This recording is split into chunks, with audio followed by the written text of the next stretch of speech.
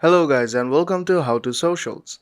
In this video I'm going to show you how to turn off comments on your YouTube videos. So let's start. First, open the YouTube Studio app.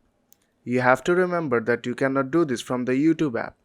You have to do it from the YouTube Studio app, and you can get it on Google Play Store and Apple App Store. Now when the app is open, tap on the three bars on top left corner and then tap on Videos. Now tap on the video you want to turn off comments on.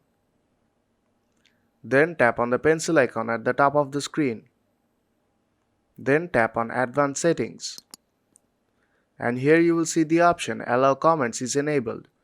Now tap on the toggle to disable that option. And then tap Save on top right corner.